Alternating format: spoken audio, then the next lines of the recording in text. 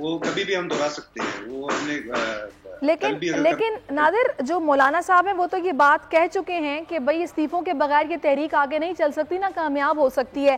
تو ابھی آپ لوگوں کے لیے انہوں نے کچھ ایسی ایک اسٹریٹجی بتائی ہے کہ پہلے قومی اسمبلی سے استعفے دیے جائیں، کیونکہ ظاہری سی بات ہے سندھ حکومت چھوڑنا پیپلز پارٹی کے لیے اتنا آسان نہیں ہے. تو آپ کو لگ رہا ہے کہ یہ جو اسٹریٹجی ایک بنائی جا رہی ہے پہلے قومی اسمبلی سے استعفوں والی، پیپلز پارٹی راضی ہو جائے گی پھر؟ دیکھیں فی الحال تو جس طرح عمران بھائی نے بھی اس بات کو سیکنڈ کیا ہے کہ 4 تاریخ کو ہمارا میٹنگ ہے، تو 4 تاریخ میں ان تمام آپشنس کو ٹیبل پہ رکھا جائے گا.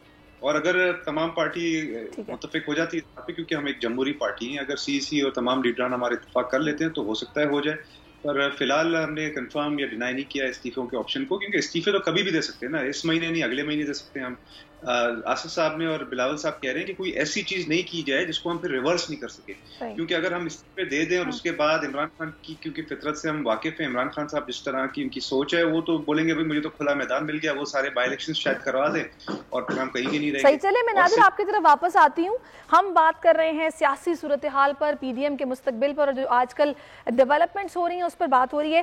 اس وقت افنان اللہ صاحب ہمارے ساتھ موجود ہیں اور نادر گبول صاحب ہمارے ساتھ ہیں. تو مجھے آپ بتائیے گا افنان صاحب، آپ لوگ کس طرح دیکھ رہے ہیں اس تجویز کو، اور آپ کو لگ رہا ہے کہ پیپلز پارٹی اس پر راضی ہو جائے گی جو مرحلہ وار استعفوں کی بات ہو رہی ہے؟ میرا یہ خیال ہے کہ اگر ایک بنیادی جو ہے اصول اس کو طے کر لیا جائے استعفوں والا، تو اس کے اوپر تو میرا خیال ہے کہ بات کی جا سکتی ہے کہ جو اس کو مرحلہ وار کیا جائے یا پہلے یہ والا دیا جائے بعد میں کسی اور کا دیا جائے. اس میں تو میرا خیال ہے اس میں کوئی اتنا مسئلہ نہیں ہے، اور ہم کوئی غیر مطلب کہ ہم سیاسی لوگ ہیں، ہم بھی کوئی مطلب چاہتے ہیں کہ پیپل پارٹی اس میں ہمارے ساتھ ہی رہے. تو اگر کوئی مرحلہ وار تجویز ہے تو ضرور مجھے یقین ہے اس کو جو ہے پارٹی کی، ہماری جو سی ڈبلیو سی ہے اس کے اندر، جو ہماری سی سی ہے اس کے اندر بھی اس کو ڈیلیبریشن ہو سکتی ہیں. اور اگر مولانا اس کو لے کے آ رہے ہیں تو ظاہر ہے مولانا کی اپنی بات کی بھی بڑی اہمیت ہے، تو اس کو دیکھا جا سکتا ہے.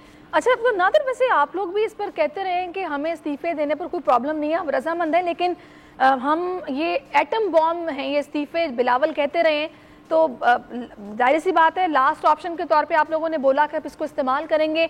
تو یہ ایٹم بام جو کہ آپ لوگوں نے رکھا ہوا ہے، مجھے نہیں لگتا کہ اس کے چلنے کے امکانات ہیں، کیونکہ آپ لوگوں نے پہلے بھی اس تجویز کو رد کیا اور ابھی بھی آپ لوگ اس موڈ میں نظر نہیں آ رہے ہیں.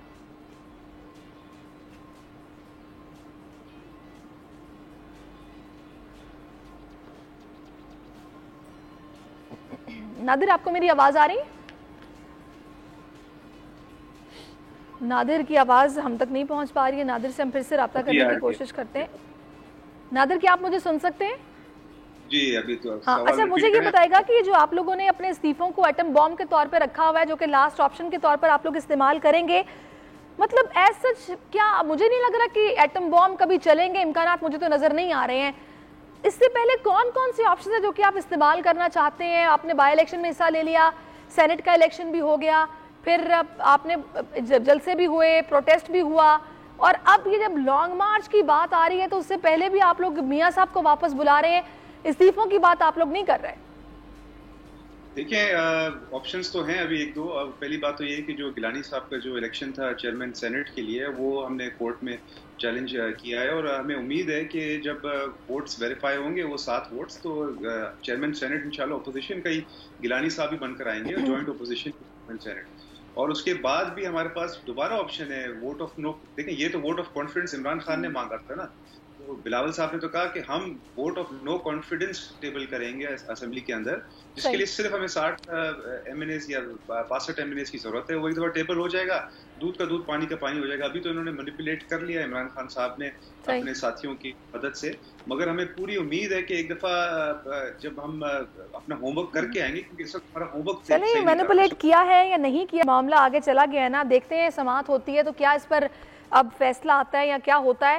بہت شکریہ نادر، آپ ہمارے ساتھ موجود رہے، آپ نے اپنا ہمیں قیمتی وقت دیا. جناب اب آگے بڑھتے ہیں، کچھ بات کرتے ہیں سندھ اسمبلی کے باہر موجود اساتذہ کی، جن کے احتجاج کا 4تھا روز ہے. احتجاجی اساتذہ نے سندھ اسمبلی کے باہر سڑک کو ٹریفک کے لیے بند کر دیا ہے، اور مطالبات نامنظور ہونے پر اساتذہ کا وزیر اعلیٰ ہاؤس جانے کا اعلان بھی سامنے آ چکا ہے. ہمارے نمائندے راؤ افنان ہمارے ساتھ موجود ہیں، ان سے بات کرتے ہیں.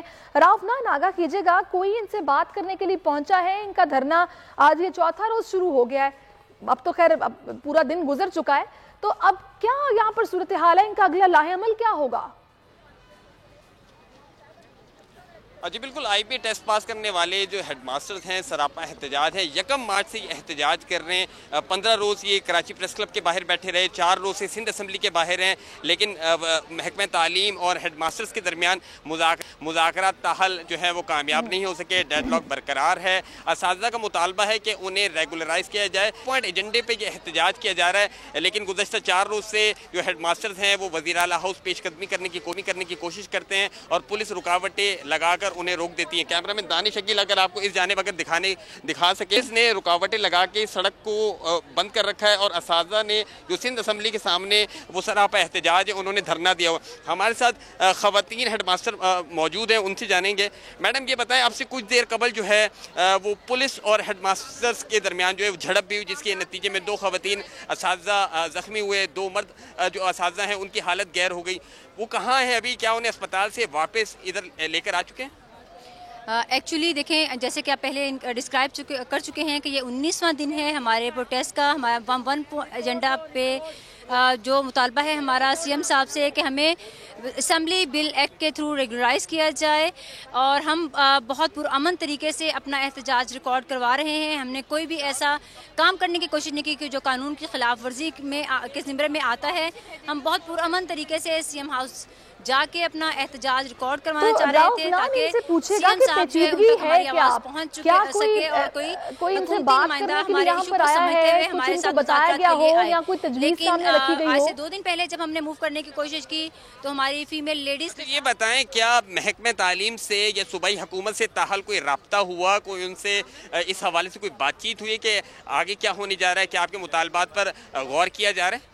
انتہائی دکھ کے ساتھ میں یہ کہنا چاہوں گی کہ حکومت کی طرف سے کوئی نمائندہ اب تک ہمارے ساتھ مذاکرات کے لیے نہیں آیا ہے, جو کہ انتہائی دکھ کی بات ہے. 19 دن سے ہم موجود ہیں, اپنی ڈیوٹیز بھی دے رہے ہیں اور بہت پرامن طریقے سے اپنا احتجاج ریکارڈ کروا رہے ہیں, اپنے حق کے لیے اسٹرگل کر رہے ہیں, لیکن حکومت کی طرف سے کوئی بھی ہمدردی یا پازیٹیو رسپانس نہیں دکھایا جا رہا. ہم لوگ یہاں موجود ہیں, 4تھا دن یہ ہمارا ہے. تمام لیڈیز یہاں پہ بچوں کے ساتھ دن گزار رہی ہیں, پوری رات گزار رہی ہیں, انتہائی تکلیف کی حالت میں ہیں, لیکن اس کے باوجود ہمارے ساتھ کوئی ہمدردی کا رویہ نہیں اپنایا جا رہا. جبکہ سندھ کی تاریخ میں بہت سارے لوگ ایسے ریکروٹ ہو چکے ہیں 17 گریڈ پہ 18 گریڈ پہ, جن کے لیے کوئی ٹیسٹ کا جو کنڈیشن ہے وہ نہیں لگائی گئی. Without any test, without S P S C ان کو اسمبلی بل ایکٹ کے تھرو انہیں ریگولرائز کر دیا گیا. ہم بھی سی ایم صاحب سے یہی مطالبہ کر رہے ہیں کہ ہم آئی بی ایس سکھر کے تھرو, ایک اتھینٹک ادارے, ویل نون ادارے کے تھرو ہم ٹیسٹ کوالیفائی کرنے کے بعد آئے. ہماری اسکروٹنی ہوئی, انٹرویو ہم نے پاس کیا, ہم تھرو پراپر چینل آئے ہیں. 4 ایئرس ہم نے اپنی پرفارمنس شو کی ہے, اور اس پرفارمنس کو اسمبلی فلور پہ, کیبنٹ میں, M N As M P A levels پہ ایکسیپٹ کیا گیا, ایڈمائر کیا گیا. بہت سارے لوگوں کو ایکسٹینشن لیٹر, جو ڈسٹنکشن لیٹرز ہیں وہ بھی دیے گئے, پرفارمنس کے ایکسلنس کے لیٹرز دیے گئے. لیکن دکھ کی بات یہ ہے کہ اب ہمارے ایجنڈے کو ایکسیپٹ نہیں کیا جا رہا. اور 2 دن پہلے جو اب ہم سی ایم ہاؤس کی طرف جانے کی کوشش کی, ہماری 2 فیمیل ایچ ایم کا بہت برا رویہ اختیار کیا گیا. ایک کے دوپٹے کو پاؤں کے نیچے روندا گیا, 2 کی طبیعت انتہائی خراب ہوئی, ایک کو ہاسپٹلائز کرنا پڑا. آج بھی جب ہم سی ایم ہاؤس کی طرف جانا چاہ رہے تھے, ایک فیمیل کو دھکم پیل میں اس کا سر جو ہے وہ ٹکرا گیا, اور ایک کو فیمیل کو ہٹ کیا گیا باقاعدہ. ایک میل نے اس کا بازو پکڑ کے بہت بری طرح سے اس کے بازو کو مروڑنے کی کوشش کی, اس کی جبکہ جس پہ انگلیوں کے نشان بھی پڑے, اور میڈیا کو ہم نے وہ ریکارڈنگ بھی کروائی. 2 میلز جو ہیں ان کی طبیعت خراب ہوئی, 2 فیمیلز کو ہوئی ہے, ٹھیک ہے, یہ بتا رہی ہیں, لیکن سعید غنی صاحب نے کوئی سٹیٹمنٹ دیا ہو, یہاں پر تو نہیں آئے. لیکن ظاہر سی بات ہے سی ایم ہاؤس کے لوگ باہر موجود ہیں, 4تھا روز ہے, کوئی انہوں نے اس حوالے سے بات کی ہو کہ بھائی کیوں نہیں کیا جا رہا, یا وہ کیا حکمت ہیں, وہ کیا چاہ رہے ہیں, کچھ بتایا گیا؟ بہت سے لوگ پی ایچ ڈیز ہیں, ایم فلز ہیں, ہم ویل کوالیفائڈ لوگ ہیں. جی بالکل, اس کا معاملہ ایسا ہے کہ وزیر تعلیم نے اپنا موقف دیا تھا, کیونکہ معاملہ عدالت کے اندر ہے. کراچی بینچ کے 2 الگ الگ فیصلے ہیں. کراچی بینچ جس کے اندر آئی پی ایچ ایم بتاتے ہیں کہ وہ فریق ہی نہیں ہے. کراچی بینچ کا یہ فیصلہ تھا کہ جو ہیڈ ماسٹرز ہیں انہیں فارغ کر دیا جائے, برطرف کر دیا جائے. جبکہ حیدرآباد کے اندر جو پٹیشن تھی اس کا یہ فیصلہ آیا